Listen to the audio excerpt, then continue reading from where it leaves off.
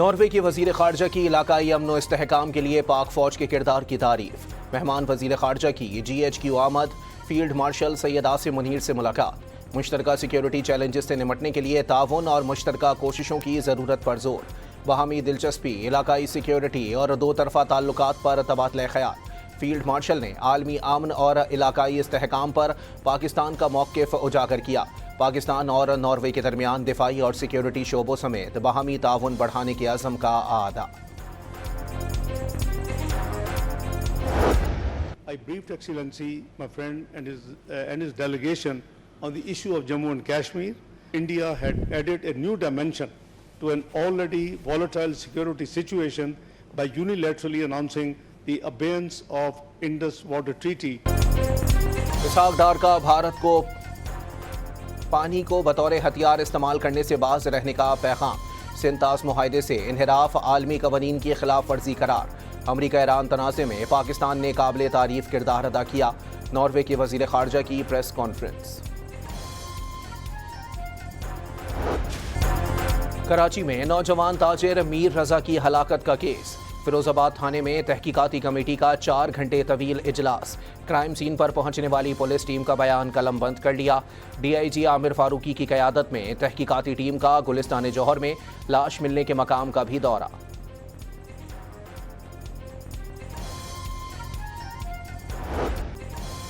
کراچی میں منشیات فروشی کے الزام میں گرفتار انمول پنکی کی ایک مقدمے میں برئیت کی درخواست منظور۔ گزری تھانے میں درج مقدمے میں شریک ملزمان 2024 میں بری ہو گئے تھے۔ پنکی کو شریک ملزمان کے بیانات کی بنیاد پر مقدمے میں شامل کیا گیا۔ وکیل صفائی کے دلائل۔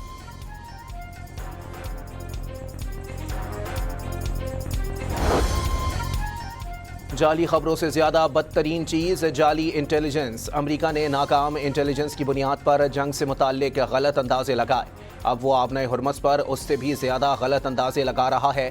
ایرانی وزیر خارجہ عباس عراقچی نے ٹرمپ انتظامیہ کو خبردار کر دیا۔ پاسداران انقلاب کو دشمن کی سرزمین پر حملوں کی صلاحیت حاصل کرنے کا حکم۔ مشیر پاسداران انقلاب رضا نقدی کے مطابق پاسداران کو حکم دیا گیا ہے کہ وہ اپنی صلاحیت اس قدر بڑھائیں کہ آپریشنز کو دشمن کی زمین تک انجام دیا جا سکے۔ واضح کیا ایرانی میزائلوں کی تیاری میزائلوں کے استعمال سے زیادہ ہے۔ دعویٰ کیا امریکہ سے جنگ کو ٹرمپ کی مدت صدارت ختم ہونے تک طول دے سکتے ہیں۔ ایران مشرق وسطی کا بدمعاش نہیں رہا، پاسداران انقلاب کو ختم کر دیا، اب وہ فرار ہو رہے ہیں۔ صدر ٹرمپ کا سوشل میڈیا پر دعویٰ۔ امریکی صدر نے اپنے پیغام میں کہا کہ آبنۂ ہرمز پر مکمل کنٹرول ہے۔ ایران تباہ و برباد ہو گیا، قیادت بے یقینی کا شکار ہے۔ ایران کے پاس فیک نیوز اور 300% افراط زر کے سوا کچھ نہیں، آگے ان کی حالت اس سے بھی بدتر ہوگی۔ ایران کی بحری ناکہ بندی سے امریکی فوجی ذہنی مریض بننے لگے۔ کئی فوجیوں کی USS ابراہم لنکن سے سمندر میں چھلانگ لگانے کی کوشش۔ طویل تعیناتیوں کے باعث 5000 اہلکار شدید دباؤ کا شکار ہو گئے۔ وزیر اعلیٰ سندھ نے کراچی میں امراض قلب کے قومی ادارے میں 100 بستروں کی نئی ایمرجنسی کا سنگ بنیاد رکھ دیا۔ سندھ حکومت دل کے مریضوں کو زیادہ سے زیادہ سہولیات دینے کے لیے کوشاں۔ NICVD میں مفت علاج عوام دوست پالیسیوں کا ثبوت ہے۔ مراد علی شاہ کا تقریب سے خطاب۔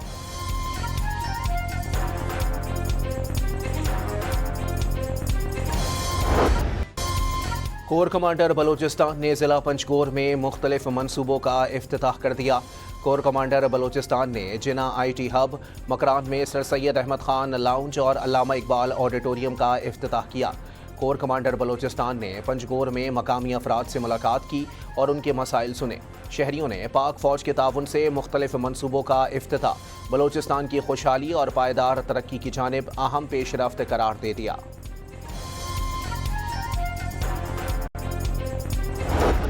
عوامی ایکشن کمیٹی کسی ایجنڈے پہ کام کر رہی ہے کہ ریاست تحمل کا مظاہرہ کر رہی ہے، اس کو کمزوری مت سمجھا جائے۔ کلعدم ایکشن کمیٹی نے عوام کی زندگیوں کو اجیرن بنا دیا، خواتین اور بچوں کو ڈھال کے طور پر استعمال کیا، سرکاری املاک کو نقصان پہنچایا جا رہا ہے۔ کلعدم ایکشن کمیٹی کا ایجنڈا ریاستی امن کو تباہ اور اداروں کو مفلوج کرنا ہے۔ ریاست کے تحمل کو کمزوری نہ سمجھا جائے، ایس ایس پی خاور علی شوکت کی پریس کانفرنس۔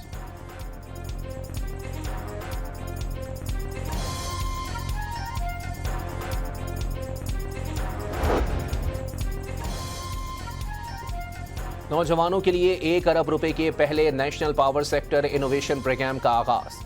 پاور ڈویژن کے مطابق ہر کامیاب نوجوان کو 5 لاکھ روپے تک کا معاوضہ دیا جائے گا۔ پروگرام کو نئی ریسرچ اور ٹیکنالوجی کے فروغ کے لیے اہم قدم قرار دے دیا۔ واضح کیا کہ ملک کو درپیش توانائی کے چیلنجز کے لیے بہترین حل تیار کیے جا سکیں۔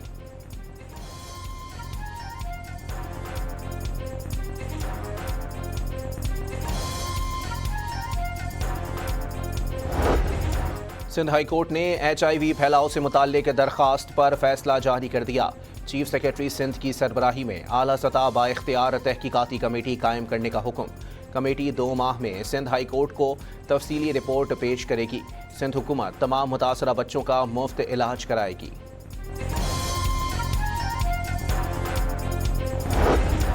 براڈ پیک پر برفانی تودہ گرنے سے لاپتہ ہونے والے پاکستانی کوہ پیما سہیل سخی کی لاش مل گئی۔ 15 روز قبل براڈ پیک پر برفانی تودہ گرنے سے 10 کوہ پیما لاپتہ ہو گئے تھے، جس میں سہیل سخی بھی شامل تھے۔ نیو کراچی دعا چوک کے قریب مبینہ پولیس مقابلے میں 2 ڈاکو ہلاک ہو گئے۔ پولیس کے مطابق ڈاکو شہری سے موبائل فون چھین کر فرار ہو رہے تھے۔ اطلاع ملنے پر گشت پر مامور پولیس اہلکاروں نے تعاقب کیا اور فائرنگ کے تبادلے میں دونوں ملزمان مارے گئے۔ ہلاک ملزمان کے قبضے سے اسلحہ، موبائل فون اور موٹر سائیکل برآمد۔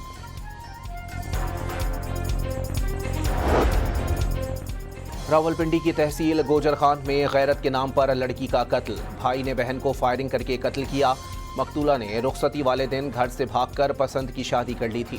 قتل کا مقدمہ مقتولہ کے باپ کی مدعیت میں درج کر لیا گیا۔ لاہور میں پلاننگ اینڈ ڈیولپمنٹ پنجاب کی زیر تعمیر عمارت سے 3 مزدور گر گئے۔ 1 جاں بحق، 2 کو زخمی حالت میں اسپتال منتقل کر دیا گیا۔ پولیس کے مطابق 3 مزدور 50 فٹ کی بلندی سے نیچے گرے۔ حادثہ IG آفس کے سامنے PND کی عمارت میں تعمیراتی کام کے دوران پیش آیا۔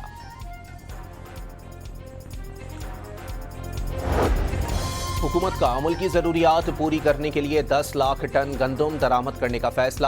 گندم درآمد کرنے کا مقصد ملکی ضروریات پوری کرنا اور عوام کو ریلیف فراہم کرنا ہے۔ نائب وزیر اعظم کی زیر صدارت اجلاس کا اعلامیہ۔ پاکستان کا پرائمری سرپلس 26 سال کی بلند ترین سطح پر پہنچ گیا۔ مالی خسارہ 22 سال کی کم ترین سطح پر آ گیا۔ وفاقی وزارت خزانہ نے تفصیلات جاری کر دیں۔ مالی سال 2025-26 میں مالی خسارہ GDP کے 2.6% رہا۔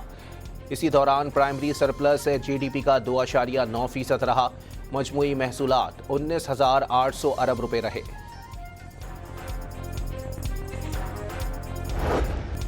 ملک کی تاریخ میں پہلی بار کسی بھی ایک مالی سال میں سب سے زیادہ لیوی وصولی کا انکشاف۔ پیٹرولیم لیوی کی وصولی 2025-26 میں ریکارڈ 1567 ارب 45 کروڑ روپے پر پہنچ گئی۔ پاکستان اسٹاک مارکیٹ میں 206 پوائنٹس کی کمی۔ 100 انڈیکس 1,81,433 پوائنٹس کی سطح پر بند ہوا۔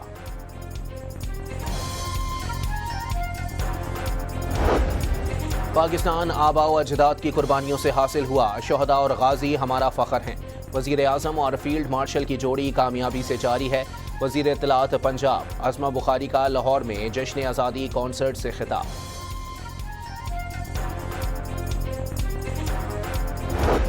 ملک بھر میں یوم آزادی کی تیاریاں عروج پر۔ شاہراہیں، سڑکیں اور گلی محلے قومی پرچموں کے رنگوں میں رنگ گئے۔ ہر طرف سبز پرچموں کی بہار۔ چھوٹی بڑی عمارتیں برقی کمکموں سے سجا دی گئیں۔ کراچی کے DJ کالج گراؤنڈ میں پروقار تقریب۔ وزیر تعلیم سندھ سردار شاہ کی بھی شرکت۔ قومی پرچم لہرایا۔ طلباء کو ملک کی ترقی میں بڑھ چڑھ کر کردار ادا کرنے کی تلقین۔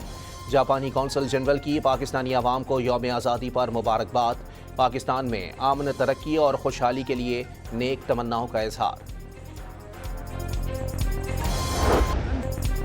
بیرون ملک مقیم کشمیریوں کا پاکستان سے لازوال محبت اور وابستگی کا پیغام۔ اوورسیز کشمیریوں نے وطن سے دوری کے باوجود پاکستان سے اپنی گہری محبت اور جذبات کا اظہار کیا۔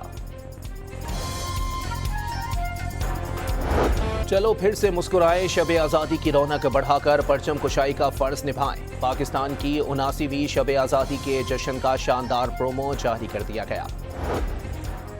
سندھ حکومت کی جانب سے یوم آزادی تھر ڈیزرٹ ٹرین سفاری کراچی سے روانہ۔ ڈھول کی تھاپ اور شہنائیوں کی گونج میں مہمانوں کا استقبال کیا گیا۔ 165 سے زائد سیاحوں کو سندھ کے تاریخی ثقافتی ورثوں سمیت پاکستان بارڈر کی سیر کرائی جائے گی۔ خصوصی آزادی ٹرین کراچی سے حیدرآباد، میرپور خاص، عمرکوٹ سے پاکستان آرڈر کھوکھراپاڑ تک کا سفر کرے گی۔ جشن آزادی کے موقع پر ISPR کی جانب سے ملی نغمہ میرا پیارا وطن پاکستان ریلیز کر دیا گیا۔ ملی نغمے میں گلگت بلتستان کی حسین وادیوں اور خوبصورت مناظر کو قومی محبت کے جذبے سے جوڑا گیا ہے۔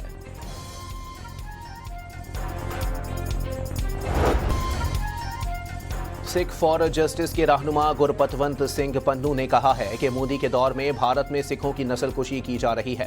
بھارتی قرضوں کے باعث 18,000 سکھ کاشتکاروں نے خودکشی کی، ووٹوں سے تبدیلی کی کوشش کر رہے ہیں۔ خالصتان کے قیام کے لیے 16 اگست کو امریکہ میں ریفرنڈم ہوگا۔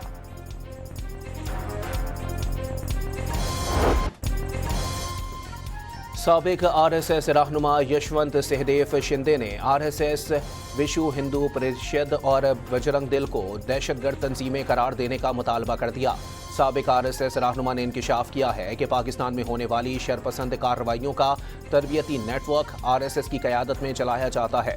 کارکنوں کو بم بنانے کی تربیت دی جاتی ہے۔ افغان طالبان نے تعلیمی نظام کو اپنی نظریاتی سوچ کے مطابق تبدیل کرنا شروع کر دیا۔ تعلیمی نصاب میں جہادی اور عسکری نظریات کو شامل کر کے کم عمر افغان بچوں کی ذہن سازی کی جا رہی ہے۔ آسٹریلوی تھنک ٹینک لووی انسٹیٹیوٹ کے مطابق افغان طالبان کی جانب سے خودکش حملہ آور دستوں کی مسلسل تشہیر مذہبی تعلیم اور عسکریت پسندی کے درمیان فرق کو ختم کر رہی ہے۔ دنیا کے کئی ممالک میں رواں سال کے آخری سورج گرہن کا نظارہ کیا گیا۔ اسپین، آئس لینڈ اور گرین لینڈ میں لاکھوں افراد نے دن میں اندھیرا چھانے کا نایاب منظر دیکھا۔ شہریوں نے کالے چشمے پہن کر ساحلوں اور بلند مقامات پر سورج گرہن کا مشاہدہ کیا۔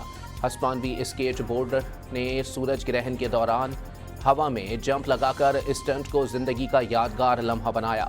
سورج گرہن کا جہاز کے کاکپٹ سے بھی نظارہ کیا گیا۔ یورپ میں 1999 اور اسپین میں 1 صدی بعد مکمل سورج گرہن ہوا۔ لاہور کی مختلف علاقوں میں بارش، موسم خوشگوار ہو گیا۔ پشاور سمیت خیبر پختونخوا کے بیشتر شہروں میں آج رات سے 15 اگست تک گرج چمک کے ساتھ بارش کی پیشگوئی۔